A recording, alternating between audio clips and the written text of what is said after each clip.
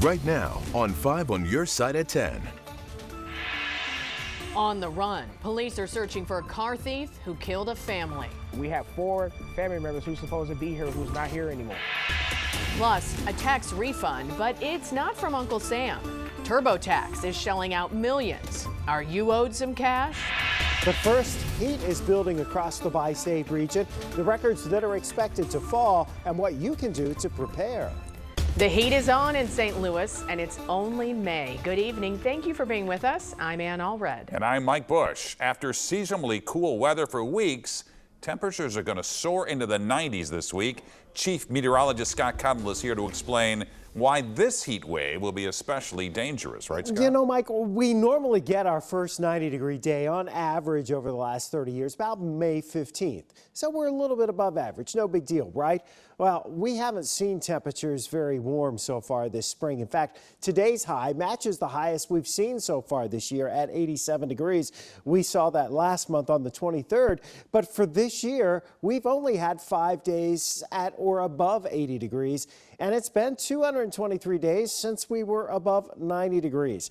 The forecast for the next 3 days pushes temperatures in the low to mid 90s during the afternoon.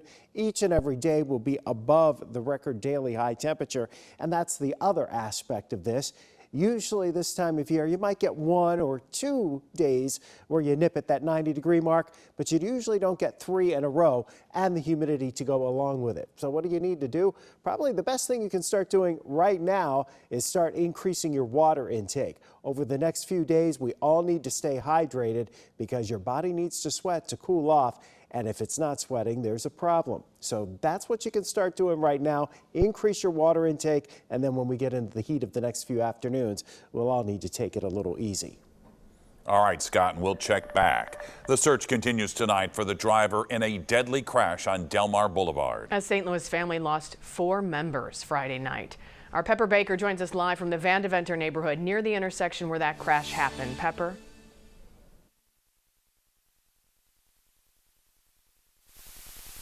I'm really angry. I'm upset. I don't know what words to even to explain, but I want justice. Aaron Piggy lost 4 family members Friday night in a car crash on Del Mar Boulevard and Pendleton Avenue.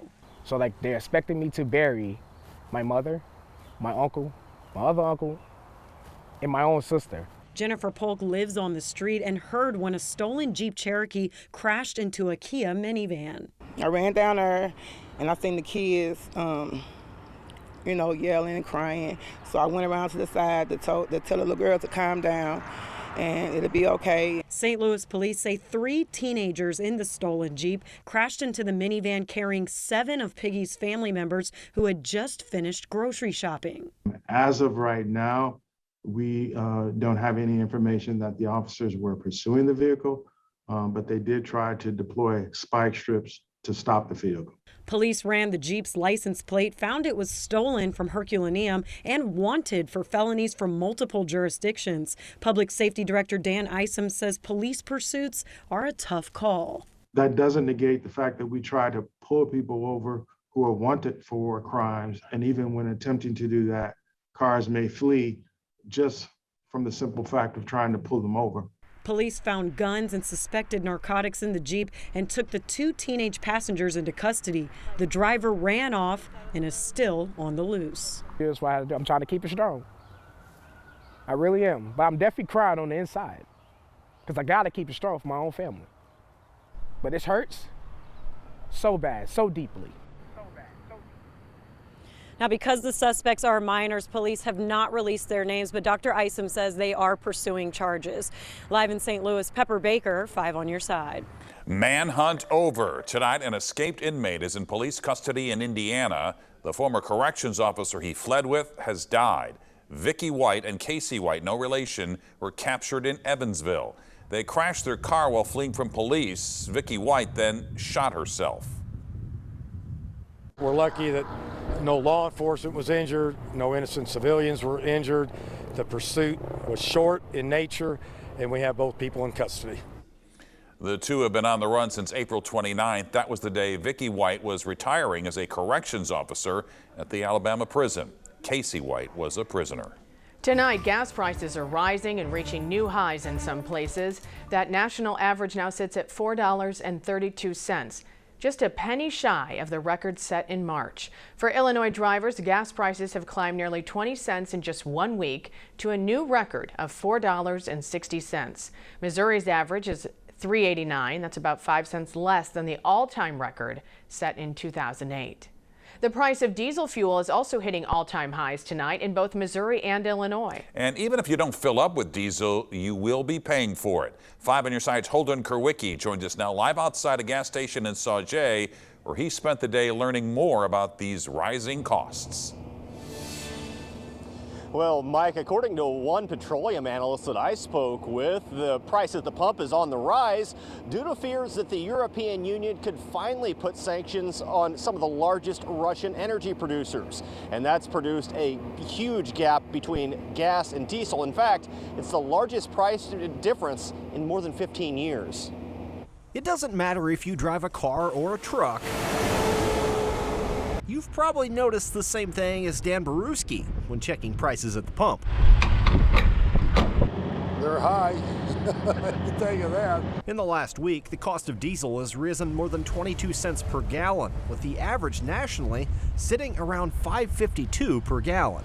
Don't take much to spend $1,000 on a fill-up. According to Gas Buddy petroleum analyst Patrick DeHaan, the price of oil is trending down, but like seemingly everything else these days, supply chain issues are causing chaos. Diesel inventories are at their lowest level in decades, and there's simply not enough refining capacity to meet demand. And so motorists are going to be hit. Truckers like Baruski can add surcharges for fuel costs, but that has unintended consequences. It's going to hurt everybody. Everybody's paying for it. That's a big concern. It will likely fuel continued inflation when you go to the grocery store, the hardware store, basically any retail channel, because all of those goods are generally being delivered via semi-truck. Even our parts on our equipment went up, tires, everything's gone up in price. With that in mind, I wanted to know when we could see some relief at the pump and in our bank accounts. Maybe a little bit of relief here and there, but I don't see an organized decline for either gasoline or diesel in the months ahead. So it's going to be a bumpy ride this summer. And if you're like me and you like to save a buck really any way you can, all you have to do is text the word gas to 314-425-5355 and we will send you a link that will show you the lowest gas prices in your area. Reporting live in Sauget, Holden Kerwicki, 5 on your side. How about filling your tank up for free? Today in St. Louis and Phillips 66 is giving away free fuel this week. Tune in tomorrow morning starting at 4:30 to find out how to enter. Tonight, pro-choice supporters protested outside the home of Supreme Court Justice Samuel Alito. He authored the leaked draft opinion suggesting the High Court will soon overturn Roe v. Wade. And tonight's protest comes just hours after the U.S. Senate passed a bipartisan bill to expand security for Supreme Court justices and their families. That bill now goes to the House. Tonight, the Missouri House shot down a proposal to make a change to the state constitution, giving parents control of their child's public education.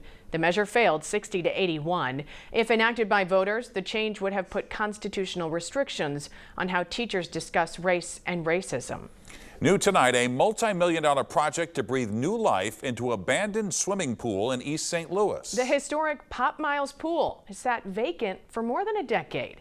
As 5 on your side's Brent Solomon reports, that's expected to change with extra funds coming from the state. Music in Lincoln Park on a sunny evening. Adults relaxing after a long day. The kids playing on the playground. But if you take a closer look, it's the only thing missing. I learned how to swim here. Wow. When I was younger. For East St. Louis Park District Police Chief Demarius Thomas, it's personal. An unofficial part of his job is forming bonds with young people here. It frustrates him they're not able to play in the pool he grew up playing in. The same pool those who came before him also grew up playing in.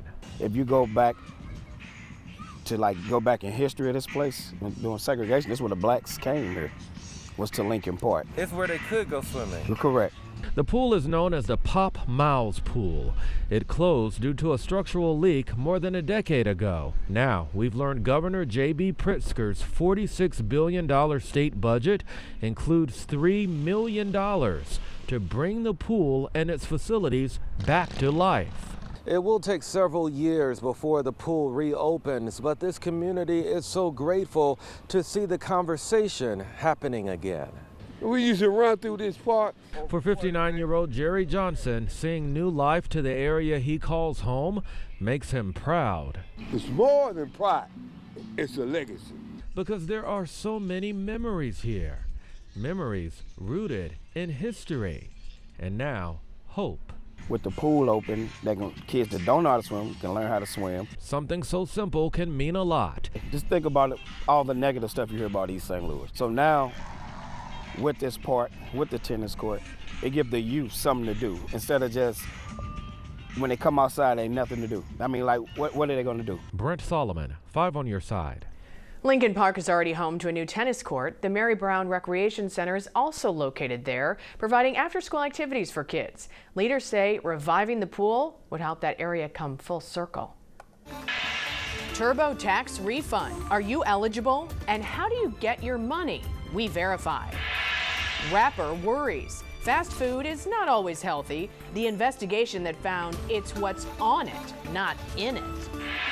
It's a true summertime feel in St. Louis for the next few days. There are changes coming this weekend, though, that could impact your outdoor plans.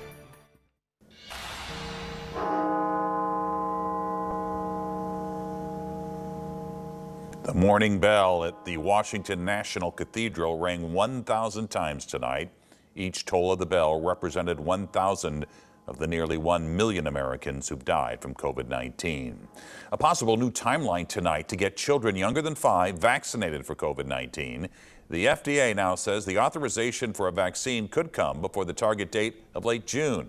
A spokesperson for the agency says the process has taken longer than expected. Millions of TurboTax users could be eligible to receive refund checks thanks to a settlement in a recent lawsuit. Our Verify team digs into who is eligible and what you need to do to get your money. Here's Casey Decker. The company that owns TurboTax has reached a settlement with state attorneys general from across the country in a case that accuses the company of tricking taxpayers into paying for unnecessary products. Millions of TurboTax users are now eligible to receive checks. So if you're eligible, do you need to file any sort of claim to get that check? Here are the sources we went to for answers. The text of the settlement, the attorneys general of New York and Maryland, and Intuit, the company that owns TurboTax. The simple answer, no, you don't need to do anything. The payments will go out automatically. The attorneys general have said anyone who qualifies will receive a notice in the mail and direct payments of $30 for each year they paid for TurboTax when they didn't have to.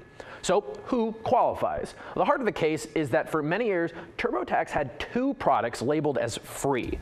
They had one service that was part of the federal IRS Free File program, and then they had another product called TurboTax Free Edition. IRS Free File is available to anyone making under $73,000 a year, no matter how complicated their returns are. TurboTax Free Edition doesn't have an income cap, but it has a different restriction. It's only actually free if you're filing what the company dubs a simple return. So what happened is millions of people used the Free Edition, spent time putting their personal info into the software, and then were suddenly told their return was too complicated to be free. Instead of then directing those customers to the IRS Free File service, TurboTax directed them to their paid products. The result? Many people who could have filed for free with the IRS shelled out for a premium version of TurboTax they didn't need. If you're one of those people, you're eligible for a $30 check for every year you paid between tax years 2016, 17, and 18. The lawsuits also say TurboTax actively hid their IRS Free File service from search results. Intuit has since withdrawn from the Free File program, and a statement from the company says they are admitting no wrongdoing in the settlement. With your Verify, I'm Casey Decker. Those settlement checks will be distributed to eligible customers in all 50 states. What can we verify for you? Email us the claim, verify@ksdk.com. Tonight, more problems for parents of infants desperately trying to find baby formula. Missouri is one of 6 states seeing the worst shortages. Now, some stores like Walgreens, CVS, and Target are limiting the number of cans each customer can buy. Experts blame supply chain issues and product recalls. Manufacturers say production is at full capacity, but they're unable to keep up with the current demand. Think about that takeout food order you made recently. Almost all of it probably came wrapped up or in a box. It's what's in some of that packaging that is raising concern. A new investigation from Consumer Reports finds potentially dangerous chemicals in many commonly used food wrappers. You're watching scientists at work, testing over 100 food packaging products for so-called forever chemicals, or PFAS, from popular retailers. And what they found is concerning. We found PFAS in many types of packaging, in packaging from fast food restaurants and from grocery stores. We even found it in packaging from places that say they're moving away from PFAS. PFAS, also known as forever chemicals, because in general they don't break down in landfills and have been linked to serious health problems such as increased risk for some cancers, lowered immunity, and liver damage. So if PFAS is in food packaging, is it also in the food? PFAS can migrate from packaging into food you eat, like that burger wrapped in paper that contains PFAS or that salad in a molded fiber bowl. Research even suggests that people who eat out regularly may indeed have higher PFAS levels in their blood. Paper bags, molded fiber bowls, and single-use plates had the highest PFAS levels on average from all the food packaging tested, while takeout containers and paper trays had some of the lowest. In response to CR, some companies stress that with PFAS so common in the environment, it's nearly impossible to eliminate them entirely. Several are also in the process of redoing their packaging to phase out PFAS. Still, more than half of the products we tested had low PFAS levels, so it's clearly possible for companies to reach lower levels. In the meantime, CR recommends you transfer your takeout food out of its packaging when you can, and don't reheat your food in its packaging. And it also helps to look for retailers that have pledged to reduce PFAS. While Consumer Reports found those levels are not at zero, they tended to be lower than elsewhere. Chief Meteorologist Scott Connell back again to talk about all of this heat this week. Scott? You know, I will say the one good thing that we have going for us is overnight lows at least creep back towards 70 versus creeping back towards 80, right? So at least this early in the season, we do drop off a bit more. 78, though, still out in St. Peter's, and St. Charles is 77, O'Fallon 78. You head down to Pacific at 77, Arnold 77. These numbers are more like the average high for this time of year, right? So we are well above average. There's no doubt about that. Part of the reason temperatures aren't dropping very fast tonight, we still have that breeze. It's out of the south at 11 miles per hour. We're at 79 right now, officially 87. So far, that's the highest temperature we've had this year. This is the second time. We'll do better than that tomorrow, and we have 3 records on the way. It got up into the low 90s today in Des Moines. Now they have some stronger thunderstorms rolling there. 90 plus, all really to our west. Even Columbia got there. You had to get down into parts of Oklahoma and Texas to get to the triple-digit heat. So at least the good news is we don't have that heading our way. But it's going to heat up, and it's going to do so pretty quickly tomorrow under a bright sky. If you work outside, lots of water for sure, and try to get a break during the afternoon hours, trying to limit that physical activity during the heat of the day. Now, the sun's not setting till a little after 8 o'clock. Really, you can't drink enough water in this kind of situation.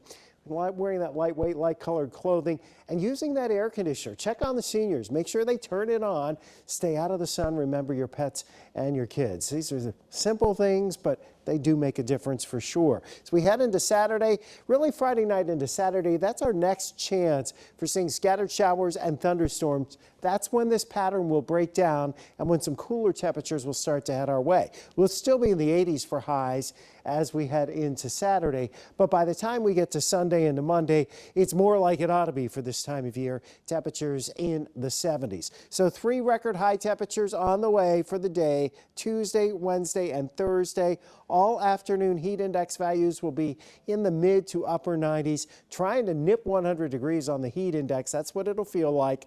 So these are record highs, 3 of them in a row, and then we will start to trend down a little bit. Still warm and muggy on Friday night into Saturday. That's when we bring in our chance for showers and storms. As we head into next week, we will keep at least a small chance for a shower or thunderstorm in the forecast. but not like what we saw last week. So we're just going from one extreme to the other. Right, a lot of dry time. That's our style. All right, thanks, Scott. Frank is here with sports. Well, Mike, wait till you see Jason Tatum tonight. Wait till you hear the coach talk about Ryan O'Reilly. And Craig Berube does have a little Whitey Herzog in him. I'll explain next. Chasing the Cup, sponsored by CarShield. With all due respect to other professional athletes, the toughest ones in my mind are hockey players. I honestly believe if a player got decapitated, they would say he's day to day. As you can see behind me, Robert Bortuzzo got hit in the head with a puck 5 days ago, and he may play tomorrow in Game 5. Both he and Nick Leddy skated today. Speaking of toughness, Ryan O'Reilly really got worked over yesterday by the Wild. Some were sticks right in his face, but he stayed in the game, won a bunch of faceoffs, and eventually scored a goal. His professionalism doesn't go unnoticed by his coach. He doesn't get rattled, you know. He's very happy for the other guys producing, and he does what he has to do. It's, you know, there's a lot of times players go through situations and years or slumps where they're not producing offensively like they want to, and it bothers them, but he does other stuff that is just as important. The NHL announced that Game 6 here on Thursday will begin at 8:30. Not ideal, but if it ends up being a series clincher for the Blues, we will take it. After playing 20 games in 20 days, the Cardinals had a day off today. They will host the Orioles tomorrow. But the $64,000 question is, will Adam Wainwright take his scheduled start? He tested positive for COVID with no symptoms. He needs 2 negative tests to return. Celtics and Bucks in Game 4 in Milwaukee. And what a performance by the Chaminade grad, Jason Tatum. He took over the game with a series of power moves to the glass with the game on the line. He had 30 points and a dagger 3 late. Celtics win 116-108. The series is even at 2 games apiece. So this weekend at the Missouri Pickleball Club in St. Louis at Gravois Bluffs, an incredible tourney was held. We're talking 412 players from 40 different states. The ages were from 15 to 70. And with all sorts of sponsorship, which resulted in a $100,000 purse at the APP St. Louis Open. Take a look at this young man in the gray shirt. He is 20-year-old Dylan Frazier. He's ranked in the top 15 in the world. Frazier, who's from Columbia, Missouri, is an accounting major at Mizzou. He already has multiple sponsors and plays in 20 pro events a year. But he could junk accounting and just go pickleball full-time. That would be nice. I'm not so sure about that. That's why I'm going to college right now. I'm going to get that degree just in case, you know, the pickleball route doesn't work out or not a lot of money's in it, which it's getting to a point where you can make a living out of it. So I'm hopeful that by the time I graduate, I'll be able to do pickleball full time, and then I'll have like a degree as like a secondary option. Finally tonight, we finish up with Frankly Speaking. There haven't been many former enforcers become NHL coaches. We have one here in St. Louis in Craig Berube, and let's face it, the reason that some fighters don't get the chance to coach is the perception they may not be keen hockey observers, just tough guys. That perception, especially in the case of Berube, is just flat out wrong. I'm here to say this man has played hunches as well as any coach or manager in our town since Whitey Herzog, who ironically the chief really admires. Think about 2019, from playing Sammy Blais in his first playoff game and him scoring in Game 6 against Dallas, to moving Alexander Steen to the 4th line, to playing Jordan Binnington yesterday. I'm not saying everything he does works, but much of it does. And with one more win in this postseason, Berube will move into sole possession of 3rd place on the all-time playoff win list. Only Joel Quenneville and Scotty Bowman will have more wins with the Blues. The difference is they never won a cup here in St. Louis. And I wouldn't be surprised if Berube wins another. And that will do it in sports. All right, Frank, thanks. Hello, Dolly. Dolly Parton's thinking outside the bun for her new musical project. It's a popular spot for pictures on the Mizzou campus, but the backdrop will soon change. Next week, the university will begin cutting down 15-pin oak trees on Francis Quadrangle. We're told they're rotting from the inside out. They will be replaced with 24 white oak trees. Strawberry season is here. Eckert's opened its strawberry fields at its Belleville farm today. You can make reservations online to pick your own. Eckert's Strawberry Festival kicks off this weekend and runs every Saturday and Sunday through the end of May. Singing legend and national treasure Dolly Parton is starring in a new musical. Not what you might think. It's not on Broadway. It's on TikTok. Mexican Pizza, the musical, that's the name, is based on the true story of the internet losing its mind. Parton was among the legions of fans who voiced their displeasure when Taco Bell took the Mexican pizza off its menu in 2020. It's returning May 19th, and this musical with Dolly will debut 1 week later. Well, now I got to try it. Yeah. Don't mess with Dolly. That's for sure. Of all the projects. Right. There you have it. 5 on your side at 10. The Tonight Show starring Jimmy Fallon is next. Guest tonight, the marvelous Mrs. Maisel, Rachel Brosnahan.